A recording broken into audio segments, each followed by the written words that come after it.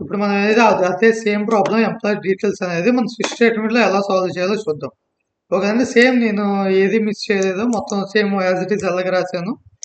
Scanner class use చేశాను and అలాగే వాడి యొక్క ఎంప్లాయీ నెంబర్ని తీసుకున్నాను, అలాగే name, salary, designation and character read చేసుకుంటున్నాను. సేమ్ ఇందాక స్టేట్మెంట్లో మనం ఏదైతే ప్రొవైడ్ చేసామో అవన్నీ కాపీ పేస్ట్ మాత్రమే చేశాను. ఇప్పుడు లాజిక్ రాద్దాం అనమాట. ఓకేనా. మనం స్విచ్ స్టేట్మెంట్లోకి వచ్చేప్పటికి లాజిక్ ఎలా రాస్తామంటే ఫస్ట్ స్విచ్ అని చెప్పి డిక్లేర్ చేసుకోవాలి కీవర్డ్ స్విచ్. ఇప్పుడు డిక్లేర్ చేస్తే ఏంటంటే ఓకే అంటే ఇంటర్నల్గా జావాకి అర్థమవుతుంది అనమాట. ఓకే స్విచ్ స్టేట్మెంట్ యూజ్ చేస్తారు అని చెప్పింది. కీవర్డ్ కంపల్సరీ యూజ్ చేయాలి స్విచ్. దీని లోపలికి వచ్చేటప్పటికి మనం ఏంటంటే ఒక ఎక్స్ప్రెషన్ అనేది పాస్ చేయాలి. ఎక్స్ప్రెషన్ అంటే ఏంటి, మనం ఇక్కడ ఇఫ్ ఎల్స్ స్టేట్మెంట్కి వచ్చేసేపటికి మనం ఏం చెక్ చేసాం, ఇక్కడ కండిషన్ అనేది చెక్ చేసాం. ఈ రెండు ఈక్వల్ అవుతున్నాయా లేవా అని చెప్పి మాత్రం చెక్ చేసాం. ఇప్పుడు ఎక్కడ వచ్చేసేపటికంటే మనం అలా చెక్ చేయాలన్నమాట. ఈ ఎక్స్ప్రెషన్ ఏదైతే మనం రీచ్ చేసుకున్నామో ఆ ఎక్స్ప్రెషన్ ప్రొవైడ్ చేస్తాం.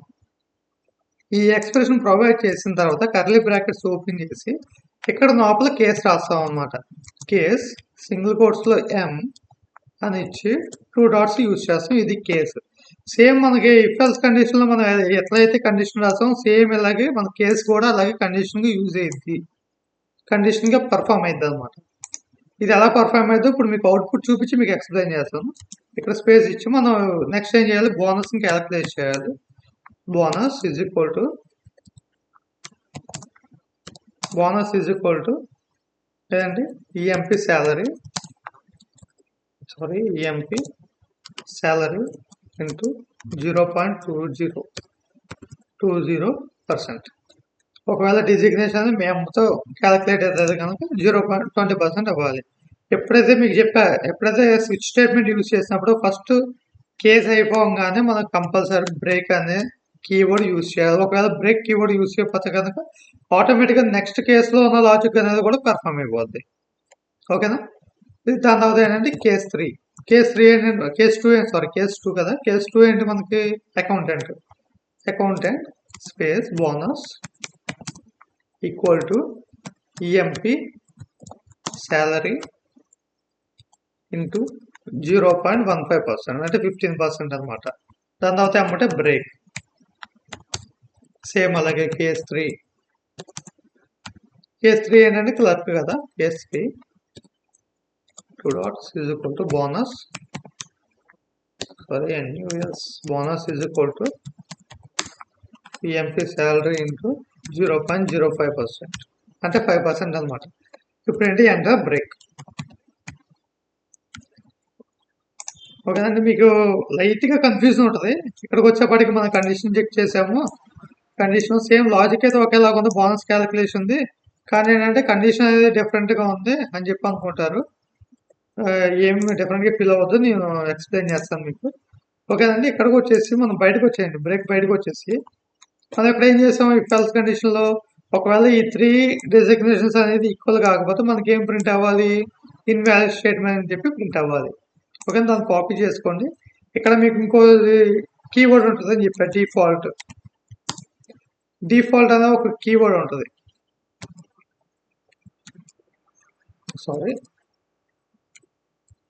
డిఫాల్ట్ అనే కీవర్డ్ యూజ్ చేసి 2 dots సింటాక్స్. ఓకేనా.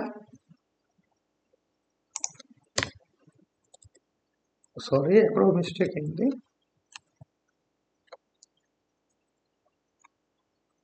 ఓకే, స్విచ్ స్టేట్మెంట్ బయట రాస్తాను తీసుకెళ్ళి, అందుకే మనం ఎర్రర్ ప్రొవైడ్ అవుతుంది. ఇక్కడ బ్రేక్ లోపలికి వచ్చి డిఫాల్ట్ అని చెప్పి సింటాక్స్ రాశారు అనమాట. ఓకేనా. ఇప్పుడు మనం ఏం చేయాలి, డిఫాల్ట్ సింటాక్స్ కూడా అయిపోయింది. ఇప్పుడు మనం ఏంటంటే బోనస్ అనేది క్యాలిక్యులేట్ చేసాం కాబట్టి ఇప్పుడు టోటల్ శాలరీకి మనం యాడ్ చేసుకోవాలి. టోటల్ శాలరీకి ఎలా యాడ్ చేయాలి, డబ్ల్యూ ఈక్వల్ టు ఇది అని చెప్పి ప్రొవైడ్ చేసాం కాబట్టి సేమ్ దీన్ని కాపీ ఇక్కడ కింద పేస్ట్ అనమాట. ఓకే, ఇది ఎత్త అయిపోయిన తర్వాత మనం ఏం చేసాం, మళ్ళీ సేమ్ స్టేట్మెంట్లు కాపీ పేస్ట్ చేసి అక్కడ ప్రింట్ చేస్తాం అనమాట. ఇక్కడ వచ్చి ప్రింట్. ఓకేనండి. నేను చేంజ్ చేయలేదు, only if condition logic out change చేసి ఇఫ్ కండిషన్ ప్లేస్లో నేను స్విచ్ అనేది చెప్పి రాసాను అనమాట. అంతే, మిగతా అంతా same to same. Just logic ఒక చిన్న పాయింట్ కీవర్డ్స్ మాత్రమే చేంజ్ అయినాయి ఇక్కడ. ఓకేనా? ఇప్పుడు దీన్ని ఒకసారి రన్ చేసి చూద్దాం.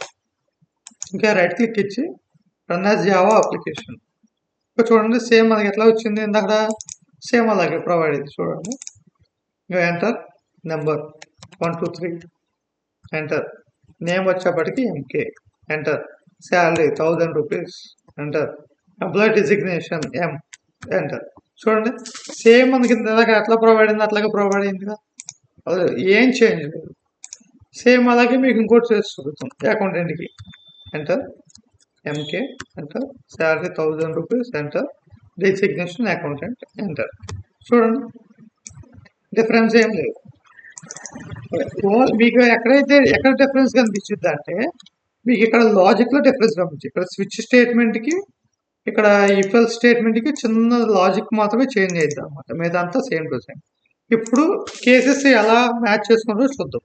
ఇప్పుడు ఏదైతే మనం ఎంప్లాయీ డిజిగ్నేషన్ అనేది ఎం అని చెప్పి ఇక్కడ డిక్లేర్ చేసాం. ఎక్కడ డిక్లేర్ చేసామండి కన్సోల్ ఏది ఎక్కడ డిక్లేర్ చేసాం? ఇక్కడ డిజిగ్నేషన్ అనే కీవర్డ్లో ఏ అని చెప్పి డిక్లేర్ చేసాం కదా. ఏ అనేది మనకు దేంట్లో స్టోర్ అయి ఉంటుంది? ఎంప్లాయీ డిజిగ్నేషన్లో. ఎంప్లాయీ డిజిగ్నేషన్లో స్టోర్ అయినప్పుడు అది లోపలికి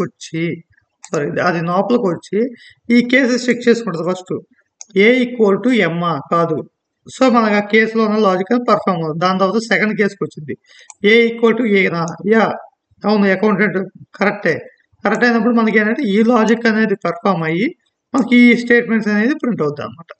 ఒకవేళ ఏ ఈక్వల్ కాలేదు అనుకోండి, దాని తర్వాత నెక్స్ట్ స్టేట్మెంట్కి కేసు 3కి వచ్చింది. కేసు 3కి వచ్చి ఇక్కడ చెక్ చేస్తుంది. ఒకవేళ ఈ 3 కేసెస్ ఫాల్స్ అయినాయి అనుకోండి, డైరెక్ట్గా డిఫాల్ట్గా ఉన్న స్టేట్మెంట్ ప్రింట్ అయింది. ఓకేనండి, ఇది స్విచ్ స్టేట్మెంట్ యొక్క ఎగ్జాంపుల్.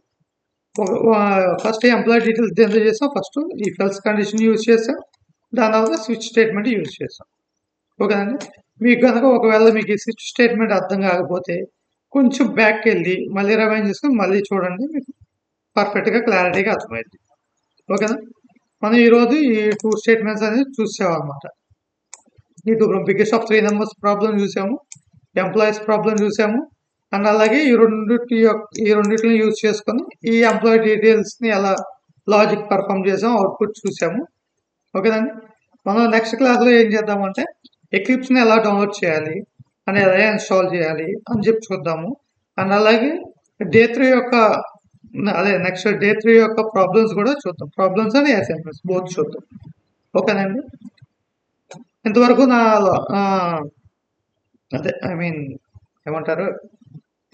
ఇంతవరకు నా ఛానల్ ఎవరైనా సబ్స్క్రైబ్ చేసుకోకపోతే కంపల్సరీ సబ్స్క్రైబ్ చేసుకోండి.